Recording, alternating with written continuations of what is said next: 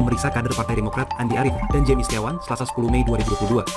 Pemeriksaan dilakukan terkait kasus suap yang menjerat Bupati Nonaktif Penajam Pasir Utara yang juga Ketua DPD Demokrat Balikpapan Abdul Ghafur Masud. Politisi Partai Demokrat Jemi Setiawan tiba di Gedung Merah Putih KPK, Jakarta Selatan pada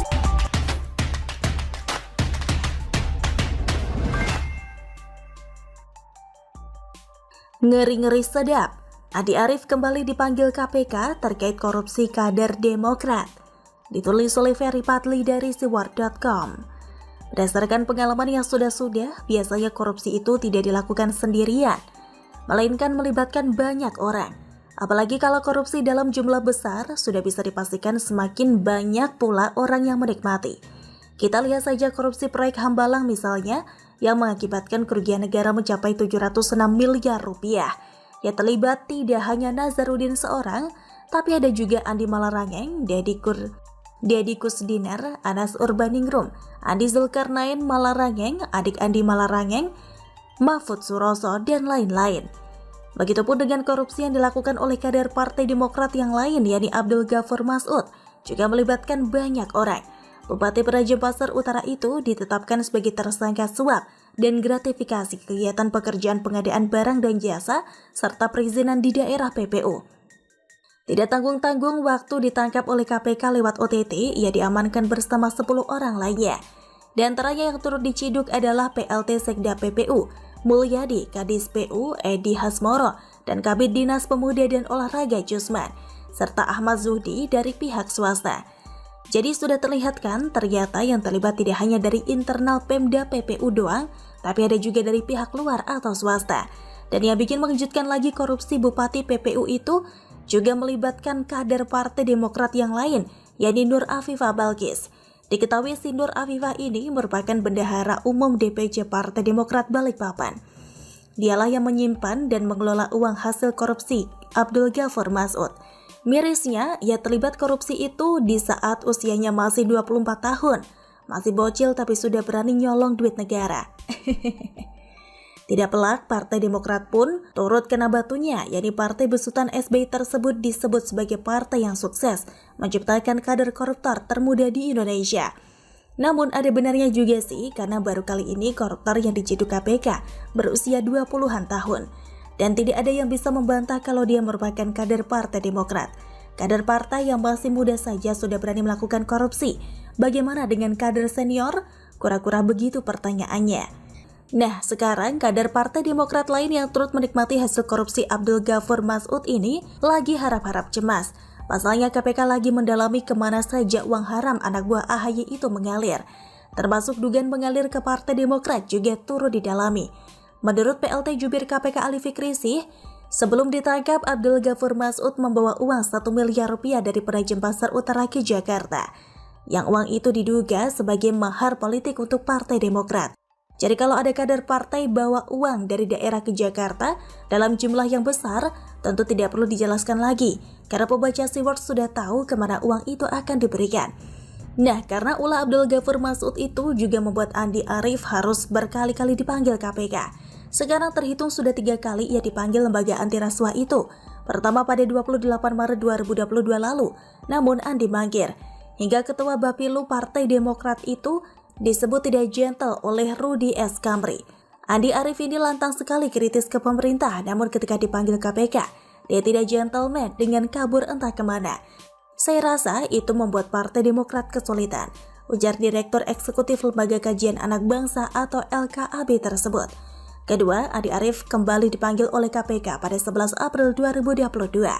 Mungkin karena gak kuat dibully netizen serta supaya tidak menimbulkan kecurigaan kalangan warga dunia maya, ia pun memenuhi panggilan tersebut. Penulis pikir setelah memenuhi panggilan dari penyidik KPK itu, Andi Arief tidak akan dipanggil lagi. Ternyata tidak, Ferguson. Hari ini 9 Mei 2022, KPK kembali hendak memeriksa politisi yang pernah ditangkap polisi lantaran nyabu tersebut. Lembaga yang dipimpin Firly Bahuri belum puas rupanya dengan reformasi. Dengan informasi yang diberikan Andi sebelumnya, yang mana penyidik KPK kini lagi mengusut komunikasi antara Andi Arief dengan Abdul Ghafur Masud terkait pencalonan AGM sebagai Ketua DPD Partai Demokrat Kaltim. Hanya saja Andi Arief kembali mangkir, yang ngomong akan datang ke KPK besok pada hari Selasa 10 Mei. Mudah-mudahan saja datang beneran daripada diciduk.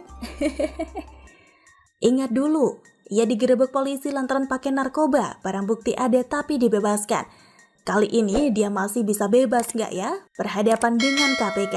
Jadi penasaran, bagaimana kalau menurut Anda?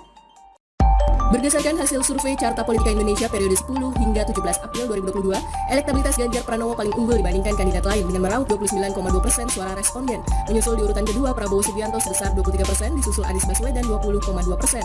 Sementara responden yang mengaku tidak tahu atau tidak menjawab di angka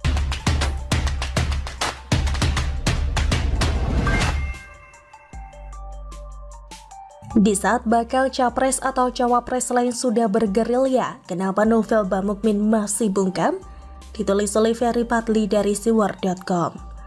Meskipun Pilpres masih cukup lama digelar, yakni 2 tahun lagi, tapi nama-nama calon yang bakal bertarung sudah ada yang muncul ke permukaan. Ada nama lama, ada juga nama baru. Capres atau cawapres yang merupakan stok lama tersebut seperti Prabowo dan Sandiaga Uno. Keduanya sempat berpartner dan bertarung dengan pasangan Jokowi Ma'ruf pada Pilpres 2019 lalu. Hanya saja belum beruntung. Prabowo tidak hanya stok lama ding, tapi stok lama sekali. Pasalnya ia pernah ikut Pilpres bukan hanya di 2019, tapi sejak pemilu 2009 Prabowo sudah berpartisipasi aktif. Kala itu doi menjadi cawapres berpasangan dengan Ketua PDIP Megawati. Tapi sayang duet serasi ini dikalahkan oleh SBY JK. Nama lama lain yang kembali muncul adalah Caimin, Gatot Nurmantio, Salim Segaf Al-Jufri, dan lain-lain. Ketiganya memang digadang-gadang bakal maju pada Pilpres 2019 lalu, tapi karena minim dukungan, nggak jadi. Lantas siapa sajakah wajah baru capres atau cawapres Indonesia tersebut? Cukup banyak sih, ada Ridwan Kamil, Anies, Ganjar, Hovifah, Farhad Abbas, dan lain-lain. Termasuk novel Bamukmin yang benar-benar wajah baru juga diprediksi bakal turut meramaikan kancah Pilpres 2024. Kenapa Bamukmin disebut wajah baru? Karena pada Pilpres 2019 lalu dirinya benar-benar tidak masuk radar capres atau cawapres potensial. Namanya bahkan tidak tercatat di struktur Badan Pemenangan Nasional atau BPN Prabowo Sandi kala itu, karena begitu tidak terkenalnya dia. Baru sekarang dirinya digadang-gadang bakal maju sebagai cawapres pada Pilpres 2024 mendatang. Dan lucunya yang menggadang-gadang nama novel tersebut adalah dirinya sendiri, bukan FPI, bukan pula PA212. Si penemu kata Pizza Hut itu mengatakan dirinya sudah mendapat restu dari Haikal Hasan dan Rizik untuk maju di Pilpres 2024. Saya ingin menegakkan hukum yang saat ini tercabik-cabik. Ulama dikriminalisasi, ketidakadilan yang sangat begitu timpang sehingga saya terpanggil untuk jadi cawapres Anies, ujar One Novel seperti tanpa bersalah.